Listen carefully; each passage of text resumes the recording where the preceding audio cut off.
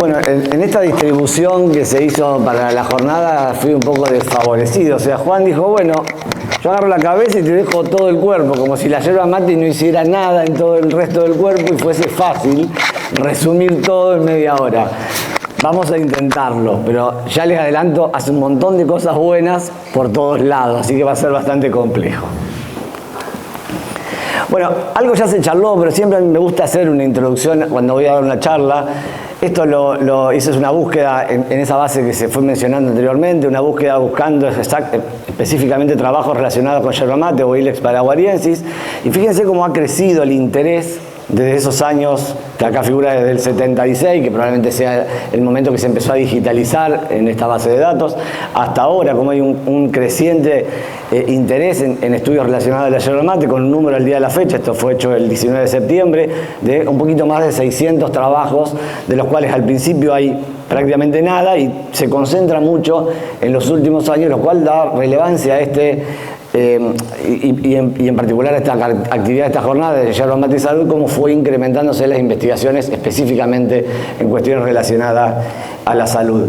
Entonces, estas investigaciones que mencionaron fueron encargadas a JUSAI por la Comisión Reguladora de Yerba Mate en aquellos tiempos. Así que me pareció excelente lo que hicieron, me pareció fantástico el hallazgo que hizo Juan. Se lo dije personalmente en una reunión que tuvimos esta mañana. Esto hay que darle mucha más difusión. O sea, Juan fue muy humilde en algún aspecto en decirlo, bueno, encontré unas cosas. Digo, no, Juan, cuando me puse a ver lo que había encontrado, son cosas realmente muy valiosas. Así que, bueno, bienvenido todo esto y bienvenido que se haga esta jornada para poder difundir todo este tipo de conocimientos. Como verán, tomar mate hace bien, este es el eslogan que se determinó algunos tiempos. Hay esta infografía muy linda donde fíjense que está toda esa información tratando de resumir y llegando al público en general, que a veces es muy difícil. Nosotros los investigadores investigamos, trabajamos en la mesada. Nuestro objetivo concreto tiene que ser publicar para que eso sea visto y compartido por toda la comunidad científica, pero a veces nos falta ese paso de llegar a la comunidad en forma más directa, donde hay roles que tienen que ser hechos por otras personas, que se debe difundir, de alcanzar a toda la población general. Así que, bueno, este es un material que está disponible en el INIM y también este es un trabajo también hecho, en este caso por Ana, entiendo que por colaboración del INIM, donde hizo toda una recopilación de todos los trabajos de yerba mate y salud. Esto fue en el año 2018, donde había cerca de 200 trabajos. Fíjense cómo va creciendo con todas las propiedades, ya sea de sus componentes y todas las propiedades biológicas que tiene la yerba mate, o por lo menos se conocía hasta ese momento. Hay un trabajito, Nelson, que también lo tenemos acá, el hermano uruguayo, que está un poco desactualizado, pero tiene unas lindas gráficas y por lo tanto, porque ya estamos en el 2011, en eso tenemos que actualizarlo. Fíjense que la curva creció en investigación y el trabajo del 2011, pero sigue teniendo unas gráficas hermosas, así que lo seguimos citando y seguimos valorando este mini review que apuntaba específicamente a los avances de Ilex paraguariensis, apuntado más que nada a las cuestiones de salud. Bueno, como les dije, tiene un montón de gráficas donde se puede retratar, donde se puede ver todos los efectos sobre el metabolismo del lipio, obesidad, oxidación, inflamación, mutagénesis, ya sea trabajos de investigación en animales de experimentación, in vitro, pero también en algunos estudios que se han realizado ya también en seres humanos. Este es un trabajo un poco más actualizado, no quiero decir nada, pero es mío, entonces, bueno, lo pueden citar también. Este es un trabajo que se publicó hace un par de añitos, donde nos invitaron a participar en un capítulo de una serie de Natural Product Chemistry muy importante, donde nos invitaron a escribir en general sobre la yerba mate, y hay una parte, digamos, mucho más amplio el capítulo del libro, y hay una parte que estuve a cargo yo de estudiar las propiedades saludables de la yerba mate que se listan de alguna manera acá, como ser efecto antiobesidad, efecto sobre el metabolismo lipídico, glucídico y protección cardiovascular, antimutagénico, antiproliferativo, efectos sobre la salud ósea, inflamación, antimicrobiano, neuroprotectora, y podemos seguir. En algún punto hacemos el chiste que ya como la yerba mate es como la aloe vera, vieron que la aloe vera servía para todo, y la yerba mate en algún punto también, y eso está bueno porque lo tomamos todos los días y tiene ese efecto en toda la población, alcanzamos a personas con distintos tipos de recursos económicos, entonces tenemos que apuntalar esta situación. Bueno, obviamente no voy a hablar de todo, voy a mencionar algunas cositas retratando, porque justamente es una charla de idea de divulgar, no de ponernos a analizar los trabajos en específico, como recién preguntaba acá el compañero. Y le preguntaba a Ana, bueno, hay una variabilidad enorme en términos de con qué yerba se usa, de qué tipo, de cuánto estacionamiento, digamos, cómo la preparan. O sea, Irene, que va a hablar después del efecto neuroprotector, la prepara de una forma, yo con los estudios del hueso la preparo en otra forma. Bueno, son esos vicios de los investigadores que también no nos ponemos de acuerdo a hacerlo todo de una sola manera y bueno, y a veces pasan por cuestiones operativas, a veces pasan por cuestiones económicas. Entonces, digo, en el contexto hay que saber interpretar, que hoy estamos hablando de una cuestión de divulgación, pero cada trabajo tiene una especificación de tiempos, de específico de modelos y demás. Entonces, las conclusiones, si somos criteriosos desde el punto de vista científico, son aplicables al modelo o al estudio que se hizo y no son extrapolables directamente a la solución de una patología en pacientes. Seamos claros y prudentes al momento de divulgar. Entonces, en líneas generales, como les dije, les voy a tratar de traer una diapositiva de algunas de todos estos tópicos. Voy a hacer un poco más de hincapié en lo que hacemos en particular en nuestro laboratorio. Pero acá, por ejemplo, busqué un trabajo, digamos, que trata de conglomerar muchos trabajos, algún tipo de metoanálisis, con los efectos antiobesidad, porque a veces pasa esto, nos quedamos con un trabajo, con 18 pacientes o con cierta cantidad de N de rata, con un poder desde el punto de vista estadístico a veces no tan potente, pero a veces están buenos estos trabajos que logran juntar mucha bibliografía junto y poder hacer una conclusión con un poder de resolutivo y de conclusión mucho más importante. Entonces, en este trabajo hay una tabla que tiene una cantidad enorme, fíjese que dice continuidad y sigue la tabla con una cantidad muy grande de trabajos que fueron ensayos randomizados a doble ciego o controlados, experimentales, o sea, distintos tipos, con la cantidad de pacientes, la edad, los rangos de edad, bueno, y finalmente cuáles fueron los objetivos que se trazaron en términos de definir ciertas cuestiones relacionadas al efecto anti-obesidad de la yerba mate. Es muy amplio, pero importante digo que quede claro que hay estudios y hay mucha información científica para avalar, como dice acá, que el uso de la yerba mate podría ser útil contra la obesidad, como dijo Ana, 14 veces, porque lo conté sin azúcar, ¿sí? Mejorando los parámetros lipídicos en ser humano y también en modelos animales. Y además modula la expresión de genes que modifica ese estado de obesidad y también se observaron efectos protectores respecto de la resistencia a la insulina. Ese es otro capítulo relacionado con no solo con la obesidad, sino el síndrome metabólico y la enfermedad de diabetes. Esto que está, cuando vean algo color amarillo, es algo que saqué de los archivos de Husay y en tono un poco de chiste. Esto es una curva de crecimiento de ratas específicamente, alimentadas con 0,5 y 1% de yerba mate contra el testigo, y acá da la sensación de que la yerba mate tiene como un efecto negativo sobre el control. Entonces, obviamente este es un ensayo con como les dije hoy, con una cierta cantidad de animales. Entonces, en tono de chiste digo, con todo respeto, y si el Nobel se equivocó, porque yo tengo los mismos datos y a mí no me da esos resultados de alteración de crecimiento.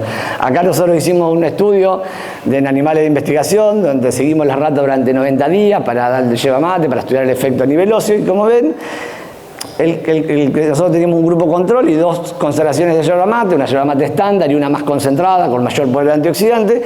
La curva va un poquito por abajo, pero en definitiva el análisis del punto inicial, el punto final y el seguimiento, no hay alteración del crecimiento con el consumo de yerba mate. Obviamente el trabajo no apuntaba a eso, pero lo traje como para decir, bueno, vamos a ver, vamos a contrastar cosas, que en definitiva es lo que hacemos un poco los investigadores.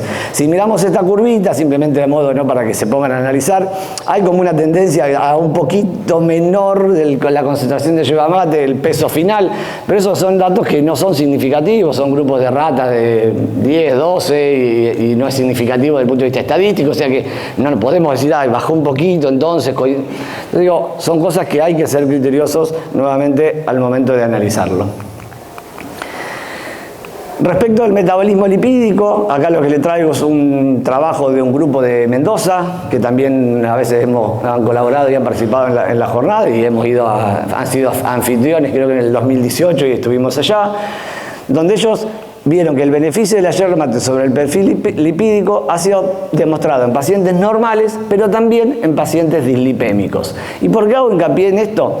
Porque muchas veces, y bien como dijo Ana, y van a ver en los trabajos que hicimos nosotros respecto de la salud ósea, la yerba mate tiene propiedades, pero siempre aclaramos, y bueno, no es un tratamiento. Porque si no la gente malinterpreta y por ahí deja una medicación y dice, bueno, con la yerba, no, bueno, son ayudantes, son cosas de nuestra alimentación que hacen bien, pero no es un tratamiento. Y acá hago una salvedad un poquito, porque fíjense que los pacientes dislipémicos son pacientes que ya tienen establecido una enfermedad referida a su, ya sea colesterol o triglicéridos incrementados, y en esos casos, aún en esos casos, la yerba mate fue efectiva. O sea que ahí tendríamos un plus adicional en la yerba mate. Respecto del metabolismo glucídico y la protección cardiovascular, acá lo que le traje es un trabajo que hace demuestra de alguna manera el efecto de la protección de la yerba mate sobre el sistema cardiovascular. Es un estudio que analiza mujeres posmenopáusicas, un análisis postdoc, digamos, a cierto tiempo de análisis posterior al ensayo, donde tenían personas que tomaban menos de 1 litro de mate y más de 1 litro de mate. No sé dónde sacaron estas personas tantas que toman tan poco comparada con, digamos, generalmente es al revés. O sea, es muy difícil encontrar gente que te caiga en un grupo que toma poco o no toma mate, es difícil encontrar. No vamos a hacer todo el análisis de toda la tabla, yo les marqué acá, eso es un análisis que se hace, digamos, analizando, digamos, las diferentes causas, un análisis multivariado, y fíjense cómo el consumo de yerba en mayor cantidad tiene una relevancia estadística en 3 parámetros, o sea que nos protegería de alguna manera lo que nos plantea este trabajo en la dilipemia, que es lo mismo que vimos antes, en la hipertensión y en la enfermedad coronaria. O sea, no en otros factores. Acá no aparece la diabetes mellitus y el síndrome metabólico como un efecto protector de la yerba mate, pero sí en otros estudios con otras condiciones y cantidades de pacientes.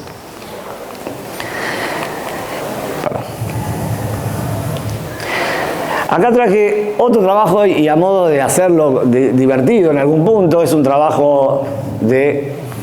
Acá el doctor que lo conocí hoy y no sabía que había traído un trabajo de él, pero identifiqué una persona, un nombre, yo soy de Pergamino y me quedó el nombre Maiztegui puesto en la cabeza por ser quien es Maiztegui, lo que representa para la fiebre hemorrágica argentina y para Pergamino en particular. Y cuando estaba charlando con Flavio, identifiqué que el trabajo de este era un trabajo de ellos. Fíjense que acá lo que trato de mostrar es una cuestión muy digamos, hasta graciosa, por decirlo de alguna manera, sobre el efecto de la yerba mate sobre el metabolismo glucídico. Ya lo charlé recién, ya les dije que tiene efecto positivo, pero lo que quería mostrarles, esta gráfica del trabajo de ellos, publicado en el julio del 2023, esta gráfica que está acá, prestenle atención un segundo, aunque no entiendan lo que tiene adentro, lo que mide es la glucosa en plasma, o la glucemia, a lo largo del tiempo, en un grupo control y en un grupo tratado con, no tratado, yo a veces se me mezclan las cosas de los pacientes, que es un grupo que consume yerba mate. Fíjense cómo el grupo yerba mate tiene un perfil más bajo, o sea, el nivel de glucemia no se incrementa tanto en su plasma, lo cual es muy beneficioso en términos de salud para lo que genera de forma negativa la glucosa alta en la sangre. Y encontré esto dentro de los archivos que me mandó Juan.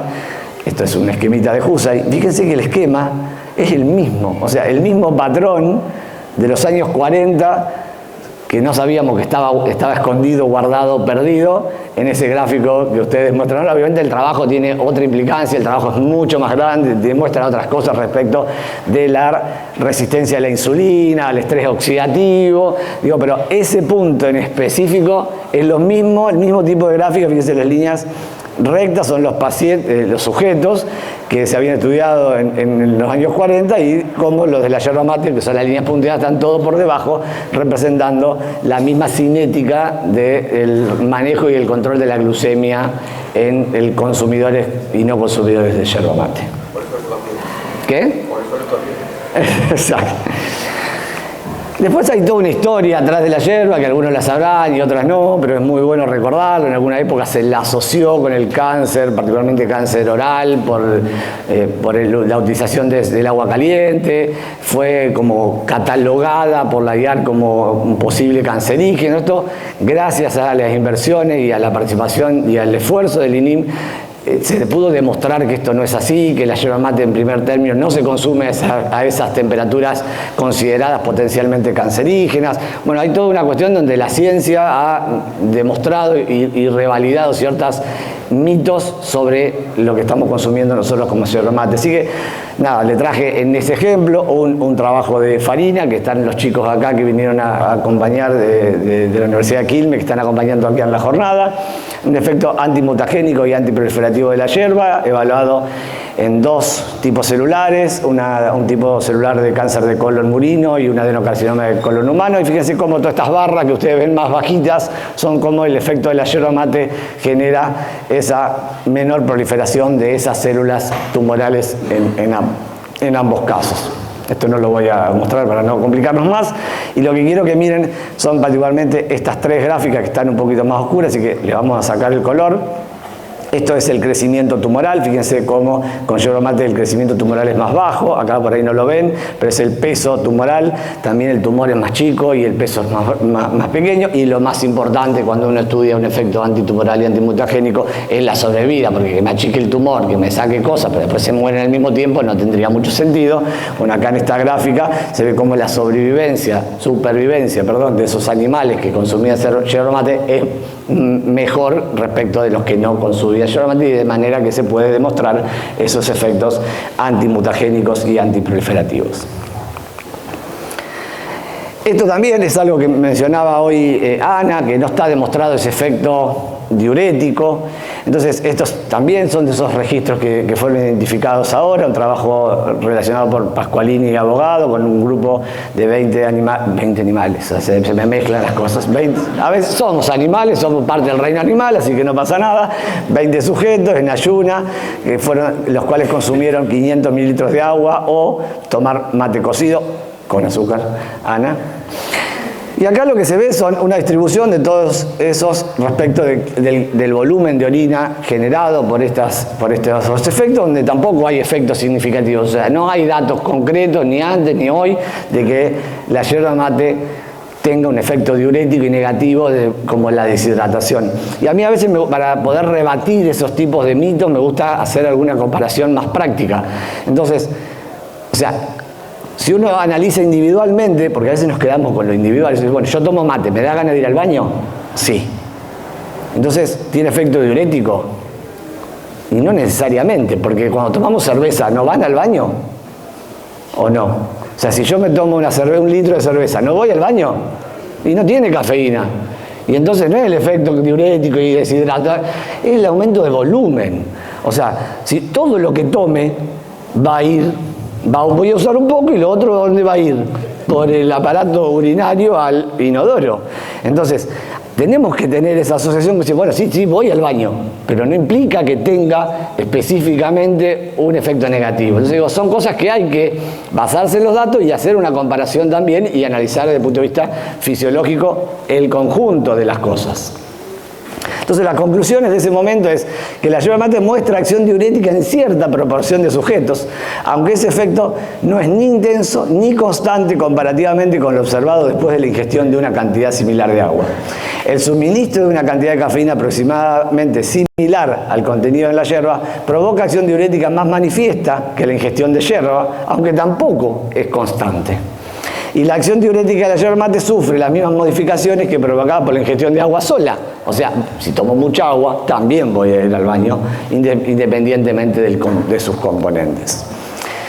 Y esto algo Ana se los mencionó, pero siempre aparecen esos mitos que aparecen por todos lados. Entonces, hay una cuestión de que la yerba mate provoca acidez. Y entonces hay un montón de recomendaciones para dejar de tomar la yerba mate, pero no había ningún estudio que diga sí o no, más allá de esta presunción del reflujo y de la dilatación del esfínter, que estoy de acuerdo con Ana, tiene cierta lógica en el sentido de, bueno, de si vos tenés un reflujo, evitar consumir ciertos alimentos que te aumenten el reflujo. Pero cuando hablamos de reflujo no es lo mismo que hablar de gastritis. O sea, la gastritis es la inflamación del estómago, la producción de úlceras, con otro tipo de fisiopatología. Entonces, En mi facultad, la doctora Di Loreto hizo un estudio donde estudiamos el efecto de la yerba mate sobre la mucosa gástrica. No le traje acá todas las gráficas de los estómagos para que nadie se sienta impresionado, pero en definitiva, y perdón, me olvidé de mencionarles que había un trabajo previo que había evaluado los efectos de rubus no sé cuánto y ulmus no sé cuánto, esos nombres extraños de cosas así, que solo en combinación contra la gastritis inducida por ácido clorhídrico etanol y la úlcera inducida por indometacina. Y estos trabajos, que son plantas, para resumirlo, y que van a tener polifenoles, mostraron un efecto gastroprotector.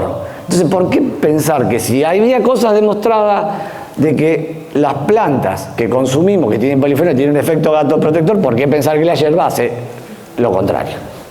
Entonces, se inició un trabajo en la Universidad Nacional de Rosario, donde lo primero que dijimos es, a ver, vamos a ver la acidez, si es ácida lo que estamos consumiendo, y eso nos puede lesionar la mucosa.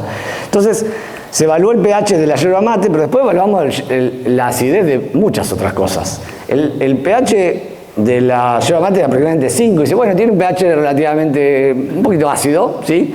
Pero miren las otras cosas que tomamos también. Jugo natural de naranja, 3,6, mucho menos. Jugo natural de pomelo, no sé por qué se nos ocurrió hacer varios jugos, serán los que tenemos en la heladera o en la alacena, ¿viste? Esas cosas que hacemos los investigadores. El de limón, un poquito menos todavía. La bebida cola, las aguas saborizadas, los jugos en polvo, todo eso tiene mucho más ácido que la yerba mate, por lo cual no podríamos asociar directamente la yerba mate con el efecto lesivo de una mucosa gastrointestinal, por lo menos por su efecto de bajo pH. Y entonces se hicieron dos grandes trabajos, acá están las conclusiones, pero que dije no traje todos los resultados. Uno está publicado, el otro se está escribiendo para publicar. El primero fue en ratas normales, administrar agua, yerba mate como estándar, la que consumimos nosotros, y una con mayor concentración para ver si había algún efecto. Y ahí lo que se demostró, que es lo que está publicado, mucosa normal, pliegues gástricos y tonalidad preservado, sin signo de edema, congestión, hemorragias y úlceras, aún con una yerba mate muy concentrada, que la preparamos con mayor cantidad de yerba y mayor temperatura. O sea, en forma directa la yerba mate no le hace nada a nuestra mucosa del estómago, por lo tanto no genera gastritis. Pero después dijimos, bueno, a ver, hay personas que ya la tienen, que se les lesionó tienen una úlcera por otra causa. Entonces hicimos otro estudio donde generamos la lesión del estómago con alcohol en forma aguda, y después le dimos antes la yerba mate, y a otro grupo se la dimos después, para ver si la yerba mate, en presencia de ese efecto, digamos, de otra causa que genera gastritis, hacía bien o hacía mal, o podía ser perjudicial, incrementando eso en el estómago. Y en definitiva, la administración de una infusión junto con un agente lesivo como el etanol no potenció ni disminuyó el agente lesivo. O sea, sobre el estómago la yerba mate no le hace nada. Con gastritis, sin gastritis, con el estómago sano, con el estómago con alguna patología. O sea, tenemos que erradicar la palabra, digamos, que la yerba mate genera gastritis. Obviamente después hay cuestiones individuales, a mí me cae mal, yo no puedo tomar a la noche, o el reflujo, digo, son cosas individuales a analizar, pero no podemos englobarlo como una generalidad. Tampoco decimos que hace bien, porque no hace bien. Entonces digo, son cosas que con datos uno puede soportar mejor la información. Y esto lo traje también porque me lo había pasado Juan, la verdad que es muy lindo, porque entiendo que está en la letra de Bernardo Husay. No me puse a analizar el experimento, pero simplemente es la evaluación de antes y después del cafeína y antes y después del mate con la toma con sulfato de bario, para estudiar el movimiento intestinal, el tiempo de tránsito del gastrointestinal, bueno, una radiografía simplemente para ilustrar algunos de los estudios de Husay que fueron pioneros, como venimos diciendo desde hoy. Pero hay algo que Husay, mira, llegaste justo, hay algo que Husay no hizo, y que yo puedo decir que fui el primero que estudiar la yerba mate sobre la salud, o sea, no había nada de eso de Husay. Así que vamos a subir el ego, como dijo Nelson. Entonces, hay muchas cosas que se conocen, y esto es específicamente lo que hacemos en nuestro laboratorio, que es estudiar la salud ósea.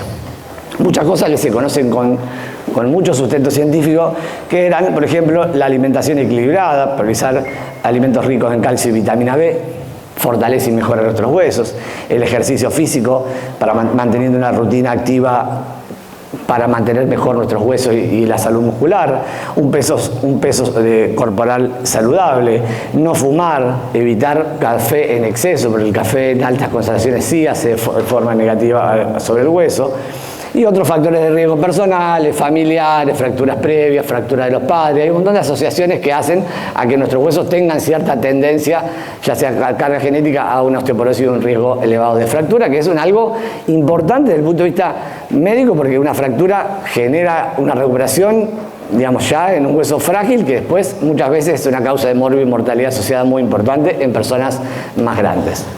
Y nos preguntábamos ahí qué hacía el mate. Bueno, yo no me preguntaba nada, porque en realidad debo reconocer que en realidad el primer trabajo que se hizo sobre yerba mate y salud ósea lo hizo Fernando Saraví, el grupo de ellos de Mendoza, en Mendoza, donde este grupo de Mendoza es un grupo que es un centro en realidad de densitometría ósea, que es la forma donde se hace una densitometría para estudiar la densidad mineral ósea de los huesos y ver de esa manera si se diagnostica osteopenia, osteoporosis o si está normal. Y en el centro decidieron hacer un pequeño trabajo observacional donde habían estudiado las mujeres posmenopáusicas que tomaban mate y las que no tomaban mate. Y encontraron algo muy interesante, que aquellas que tomaban mate tenían un 9,7% más de densidad mineral ósea a nivel de la columna y un 6% más de densidad mineral ósea a nivel del cuello femoral, que es algo muy común que se fracture.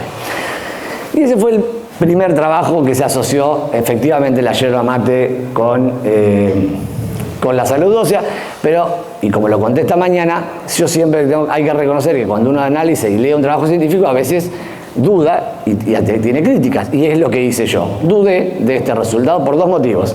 El primero es que en esta tabla, donde ellos describen las características de los sujetos que participaron de este estudio, tenían un mayor índice de masa corporal. Eso significa que tenían mayor peso y mayor carga sobre sus tejidos óseos, y eso se conoce de siempre, que la mayor carga genera mayor actividad muscular y mejor hueso. Por lo tanto, me pareció que, digo, bueno, probablemente eso esté medio como algo confuso en la relación con la yerba, porque eran personas que efectivamente tenían mayor índice de masa corporal. Y después lo otro que me generó mucha duda es que el consumo de calcio en esa población, y en toda, porque toda la Argentina tiene un bajo consumo de calcio, no alcanza las recomendaciones que se esperan, que son alrededor de 1000 miligramos por día. Esos dos grupos estaban entre 400 y pico y 700, o sea, no alcanzaban las recomendaciones. Y eso me generó una alerta a mí, porque digo, había otros trabajos antes, no con yerba, pero con cafeína, y ya les contó Ana que la yerba tiene cafeína, que demostraron que cuando se consume café y los requerimientos de calcio no son adecuados, el café tiene un efecto negativo sobre el hueso. Entonces, volviendo a esta imagen de acá, si estas personas tenían consumo bajo de calcio y tomaban mate que tiene cafeína, ¿qué hubiésemos esperado? ¿Que sea bueno o que sea malo? Sea malo. Entonces, eso me abrió los ojos. Digo, acá desconfié y acá digo, acá hay algo más. Porque tendría que haber sido malo ese estudio. Debería haber dicho, la yerba mate, cuando el consumo de calcio es bajo, también tiene efecto negativo sobre el hueso por la cafeína. Y entonces, digo, a ver si esto tiene algo en realidad de diferente.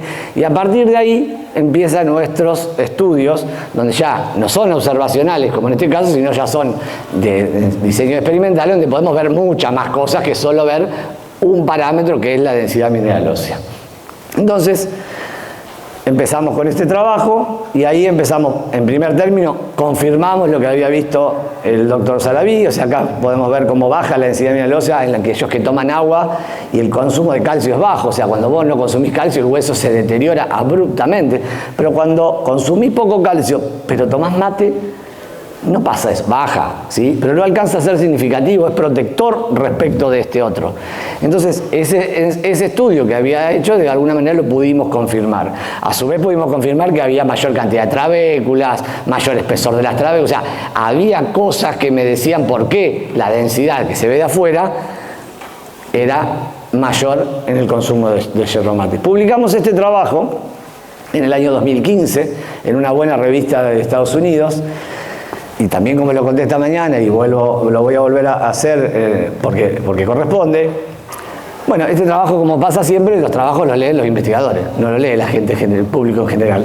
Pero hubo alguien que lo vio y le interesó y me hicieron una entrevista de una agencia de noticias de la Fundación Leluar que hace difusión de investigación científica. Y me hicieron como una entrevista y salió en los medios, en los diarios y no sé qué. Y lo publicaron un lunes, 2015, el lunes, era justo el lunes, que el día anterior habían elegido a Macri presidente. Entonces, imagínense que el lunes era todo el diario Macri presidente y un chiquitito, no sé en dónde, la nota de mi trabajo de que la yerba mate tenía efecto positivo para la salud ósea. Entonces digo, ya está, no lo va a leer nadie. Pero alguien lo leyó y alguien del INIM lo leyó y me llamaron por teléfono, y así que les agradezco personalmente, porque el INIM a partir de ahí empezó a apoyar las investigaciones relacionadas al efecto de la yerba mate y la salud ósea. Así que ahí generamos un vínculo, empecé a participar de algunas jornadas y de hecho hicimos la jornada de yerba mate y salud en Rosario, ya no sé en qué año, porque yo vivo media temporalmente, solo sé que hoy es 2025.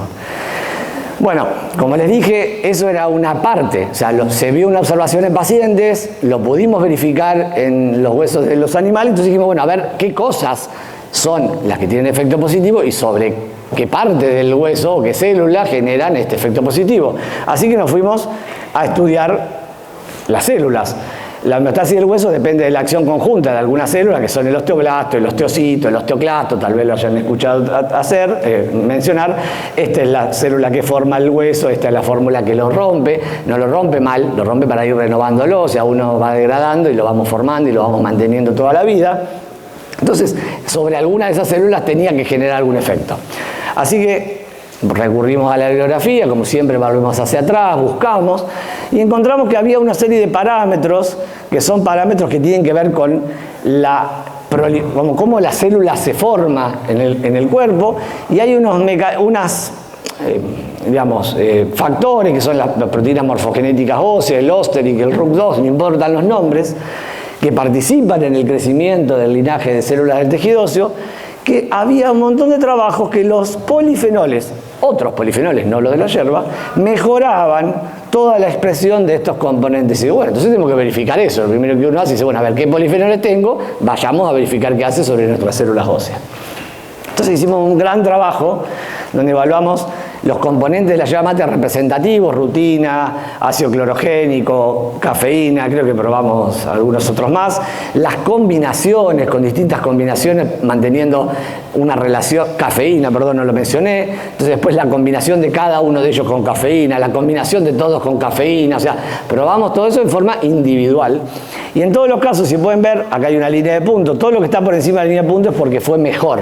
Fíjense que todas las gráficas sobre las células, estas son las células osteoblásticas y estas son las células osteocíticas, más que nada en esta de la derecha, todo lo que probamos de la yerba tuvo mejor efecto sobre la viabilidad de las células osteoblásticas, que son las células que forman nuestro hueso, o sea, viven un poco más y entonces eso le da más tiempo a formar más hueso.